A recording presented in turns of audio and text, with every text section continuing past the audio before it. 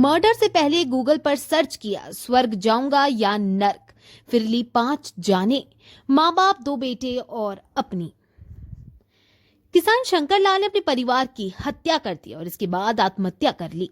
बताया जा रहा है कि घर वालों को मारने के लिए 1-2 महीने से प्लानिंग कर रहा था।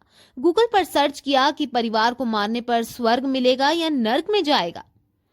एक अजीब मर्डर स्टोरी आज आपको बताने जा रहे हैं, जहां एक सनकी आदमी ने अपने घर के सभी लोगों को मारने के लिए पहले गूगल पर कुछ सर्च किया, कई क्राइम सीरीज देखी, फिर दे दी ऐसी खौफनाक मौत जिसे जानकर आप भी दहल उठेंगे।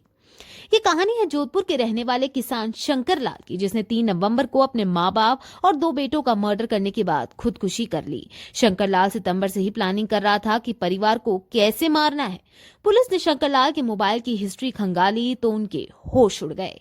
हत्या और उसके तरीकों के अलावा कई ऐसी तलाशी भी ली गई जिसे देखकर पुलिस हैरान रह गई।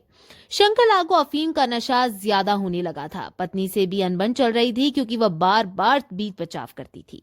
उसने कहा था कि वह अलग रहना चाहती है। अफीम के नशे की सनक के चलते उसने सितंबर से हत्या की योजना बनाना शुरू कर दिया था। उसने क्राइम पेट्रोल और सावधान इंडिया की क्राइम सीरीज देखना शुरू किया।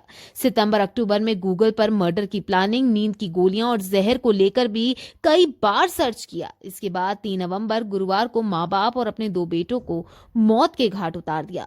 परिवार को मारने का पूरा प्लान शंकर ने बना लिया था कि कैसे नींद की गोलियां देनी है और कब जहर देना है। प्लान करते वक्त शंकर ने सर्च किया था कि सबसे अच्छी नींद की टैबलेट कौन सी है। इसके बाद इंटरनेट पर जानकारी जुटाई कि सबसे बेस्ट जहर कौन सा होगा। सनकी युवक का खूनी खेल। शंकर ने 14 सितंबर से क्राइम सीरीज देखना शुरू कर दिया था। पहले तो आरोपी ने क्राइम पेट्रोल के कुछ सीरीज देखी, इसके बाद उसने प्लान बनाना शुरू कर दिया। दिन के शुरू होते ही खेत में जाकर वह ये सीरीज देखा करता, फिर मर्डर करने की आइडिया इन सीरीज से लेता। उसके बाद वह अपना प्लान बढ़ाता रहता। पानी की टैंक में जहर मिलाना और नींद की गोली देना इसी प्लान का हिस्सा था। पत्नी को इस वजह से नहीं मारना चाहता था। कई दिनों से शंकर और उसकी पत्नी के बीच अनबन चल रही थी, पर फिर भी वो अपनी पत्नी की हत्या नहीं करना चाहता था। उसे ये तो पता था कि पत्नी को नहीं मारना है और घर के बाकी लोगों को मारने के बाद खुद की भी जान ले लेनी है। अब उसे इस बात की चिंता थी कि उसके मरने के बाद पत्नी अपना गुजारा कैसे करेगी, जिसके लिए वह पति के मौत के बाद विधवाओं के लिए चलने वाली योजनाओं की भी जानकारी जुटाने लगा था। इसके साथ ही सर्च किया था कि परिवार की मौत के बाद सरकार क्या आर्थिक सहायता देती है। उसके मरने के बाद पत्नी को विधवा पेंशन योजना के तहत कितने रुपए मिलेंगे। मर्डर के 2 दिन पहले से देने लगा था नींद की गोलियां।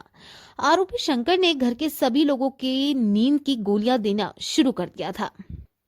रिपीट, आरोपी शंकर ने घर के सभी लोगों को नींद की गोलियां देना शुरू कर दिया था। शंकर ने घर वालों से कहा था कि खेत में काम करके सब बहुत थक जाते हैं, ये गोलियां खाने से उनकी ताकत और बढ़ेगी। बताया जा रहा है कि शंकर लाल ने घर में बने टैंक में भी जहर मिला दिया था ताकि वह खुद भी बच नहीं पाए। पहले पिता को उतारा मौत के घाट। शंकर लाल 38 ने 3 नवंबर की शाम पहले अपने पिता सोनाराम 65 पर कुल्हाड़ी से हमला कर घायल कर दिया और भाग गया। सोनाराम को घायल देख कुछ लोगों ने उन्हें अस्पताल पहुंचाया, जहां देर रात इलाज के दौरान ही उनकी मौत हो गई। शंकर ने घर के बाकी परिजन के खाने में नींद की गोलियां मिला दी। सभी बेहोश हो गए तो सबसे पहले अपनी मां चंपा 55 को घर में बने पानी के टैंक में फेंक दिया था। उसका बेटा लक्ष्मण 14 भी वहीं सो रहा था, उसे भी टंकी में फेंक दिया। शंकर का छोटा बेटा दिनेश 8 अपनी मां के पास सो रहा था। सुबह करीब 5 बजे उसी भी टंकी में फेंक दिया। इसके बाद खुद मामा के यहाँ बनी टंकी में कूद गया।